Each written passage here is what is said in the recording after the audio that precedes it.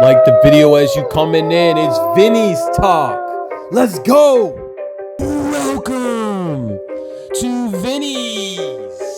Vinnies talk, man. Welcome to the podcast, guys. We're back up in the studio. We got the young wolf.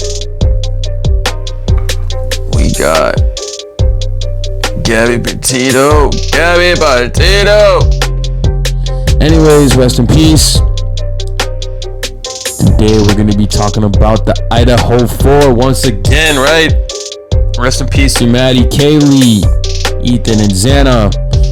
Still so much speculation around this case, guys. Anyways, if you guys are just joining, these are just my opinions, my thoughts, my theories out there. I'm just talking to you guys. Welcome to the podcast for my new subscribers. Let's get this cold cracked open. You know, we got little mama joining us here. If you guys can't see her, she's chilling. Right, T? What's up, Cuckoo? Alright. Anyways, welcome to the podcast, guys. Welcome to Vinnies talk. You know what I'm saying? We're grooving it right in, man. Grooving it in with the vibes. Got the music playing in the back.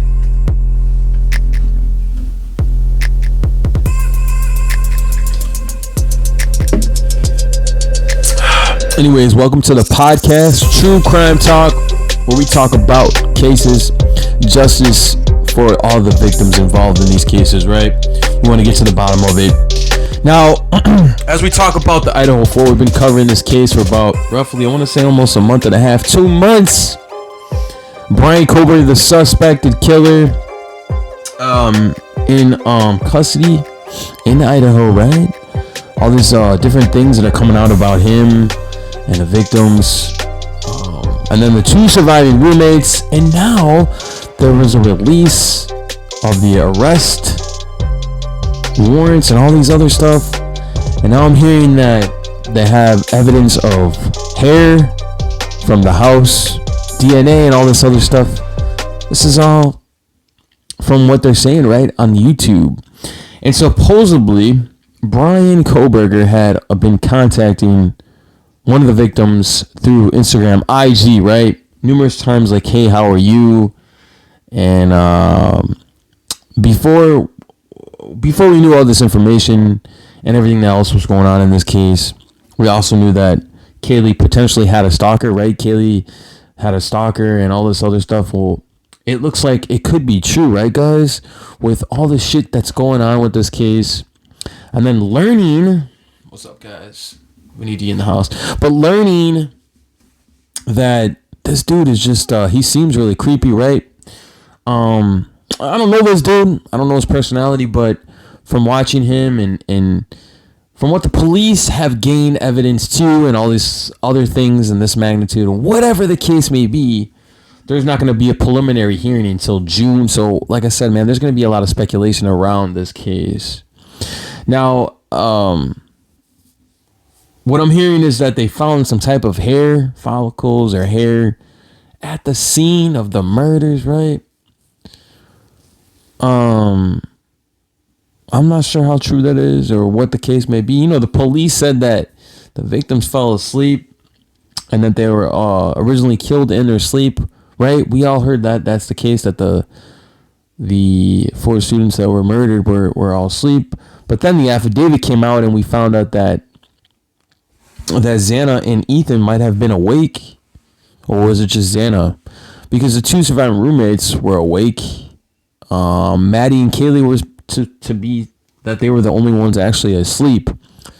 So did the Moscow Police Department lie to us, guys? Did they? Now that's up to you guys to be determined and whatnot. Let me fix this. We can take a look this way. As you guys can see, just fixing the camera a little bit. I don't know, man. I don't know who to trust at this point. Like I said, man, there's a lot of speculation around in this case, especially now that we're not going to get any new information as far as the case goes. I mean, yeah, we're going to hear about these the arrest and the warrants and all this other stuff. A lot of people are talking about the two surviving roommates. The two surviving roommates and the questions around DM, right? Dylan. Dylan. And was she creditable? Did she really just hide? Was she really scared? Why did she freeze up, right? And indeed, why did she freeze up? And a lot of people are saying don't take more be more lenient against her claim.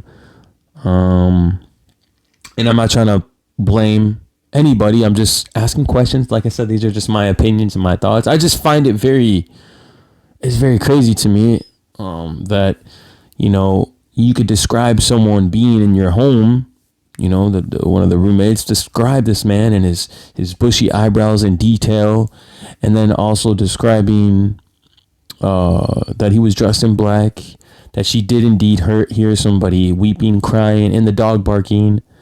Not opening the door once, twice, but 3 times opening the door. Like I said, man, I'm not pushing blame on anyone. These are just what I think in my mind and how I feel towards it. I do feel like that. I mean, if there was someone knocking down, being loud, causing disturbance in my living room, right? Man, I come out there, you know what I'm saying? I have to come out there and handle business. But also, you know what I'm saying? Like, I would want to see what the hell is going on, right? You're causing havoc in my living room. You're causing havoc in the house. And don't tell me you can't hear something. Or you just don't think to call the police, which is crazy to me, guys. That's why it's kind of and a lot of people say that for instance, like a lot of people say that, well, you don't really know what you would do in this situation. You don't know what you would do, Vinny D, the young wolf. If you were put in this situation. But you know what? I do know what I would do. If I was in a situation like that, if you're buzzed, if you're not buzzed, there's a potential murderer walking around with the knife. A lot of people are saying that, got the Xbox controller so we can brighten that screen up a little bit so you guys can see the young wolf back there. Brighten it up.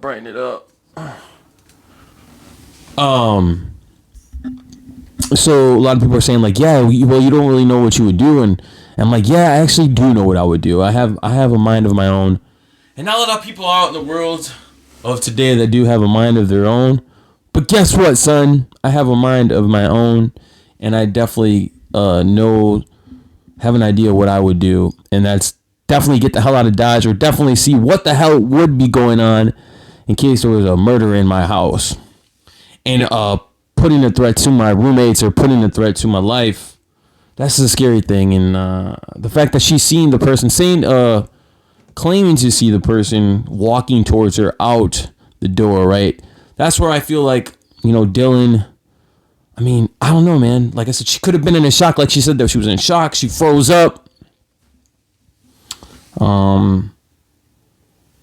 Did the police indeed collect evidence at Brian's home? And then, the connection between Washington State and driving 8 miles to Moscow, that kind of gets me too. Like, I know the defense has their own arguments, right? Defense is going to put on their testimony. And it's weird because there's people out there that are defending this man, thinking he's not responsible. But I think they have too much. They have too much on this guy, right, guys? And I believe he did it. These are just my opinions and my personal theories and thoughts. I like to give my thoughts, but I also like to provide you guys with solid, factual things that I talk about on my podcast. I don't want to spread misinformation, but I do want to give you guys a little insight of my mind of what I think about these cases.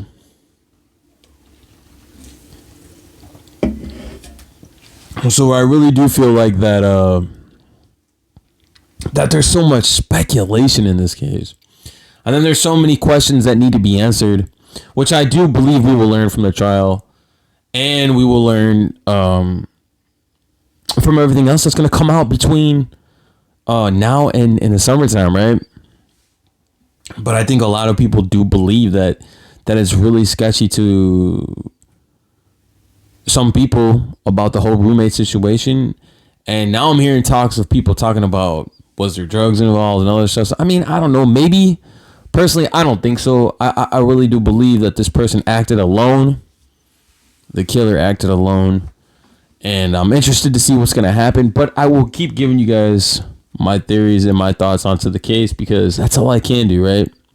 It's a crazy case to follow. And I'm going to keep talking about it. It's appalling to me that there's certain things that happen in this case that from the very beginning, it seemed like the police were casting shadow on and they were trying to keep things on the limelight, like the 2 surviving roommates, or that all 4 students that had lost their lives were brutally murdered, were killed in their sleep, when in fact it could have been that Xana Coronado, I'm sorry, say her name right, Vinny. Xana and Ethan might actually been, alive at the time when that DoorDash came in. And then after the DoorDash, a few minutes later, this dude comes in. Allegedly, Brian Kohlberger, the suspected killer into this investigation, into this murder, comes in and takes out the house. Now, everybody's talking about the sheath of the weapon. Still haven't found the murder weapon. Still haven't found that knife. But you know what I'm saying? Like, I just feel like there's so much uncertainties with the sheath. And then, the DNA found at the crime scene. And I wish they did have more evidence, like a camera footage of him pulling up. You know what I'm saying? And also that door, the front door of the residence was said to be wide open. I don't know how true that is, but that's what they did say. And we also have to remember that these kids were, this house used to have a lot of people in and out all the time, as we seen the body cam of the police. That could have had something to do with it. You know what I'm saying? Brian could have well been stalking Maddie or Kaylee, texting them on Instagram, contacting them and not getting a response. Maybe showing up to the house for a party, getting denied. You know what I'm saying? Something could have happened in that case. And a lot of people are saying that, well, we don't believe that this man was connected to the house at all. But would you ever think to put a theory together that maybe, just maybe that, like I said, man, did you ever think that he would actually drive and waste all this, well, not waste his time, but go back to the crime scene after he committed the murders, which they said that he did, which is really crazy. Oh, yeah. Vinnies Talk, man. Welcome, you guys. If you guys are just joining, man, it's your boy, Vinny D, the Young Wolf, man, back up on the podcast. Welcome to Vinnies Talk, man. Live and direct. The Young Wolf, all my wolfers. What's up, guys? Yeah, excuse me. But, yeah, Brian Kohlberger, man. I'm not sure to think that he would actually go back to the crime scene and kind of look at his work that he did, which is really crazy to me. We wanted to remember the victims: Kaylee, Maddie, Xana, Ethan. To think about their lives and what it meant to them to be going to college and then all of a sudden lose their lives. It's a very tragic thing. And now they have the man in suspect. So many theories. I know so many people are going to be talking about this hair thing, and now the arrest warrant information, 50-page letter thing coming out. But I just wanted to hop on and talk, give you guys a little bit what I think, my theories, my thoughts. Vinnies Talk, the Young Wolf, man. We're back up at it. We like to talk, man. We like to give you guys our thoughts. My thoughts.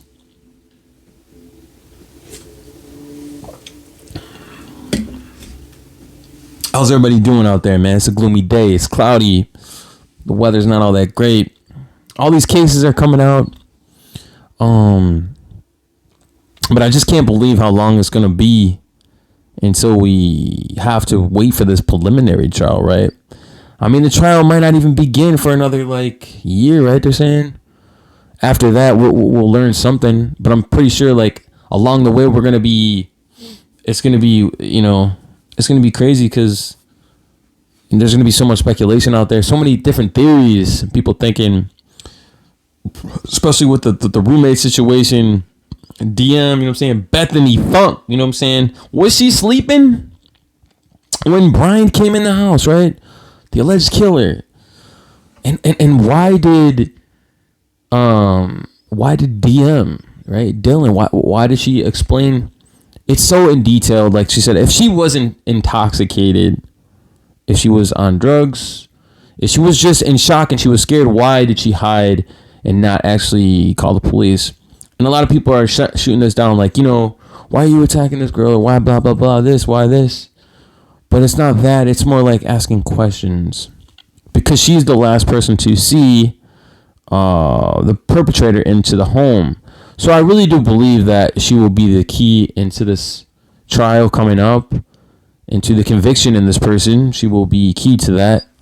If she has to take the stand, which she probably will.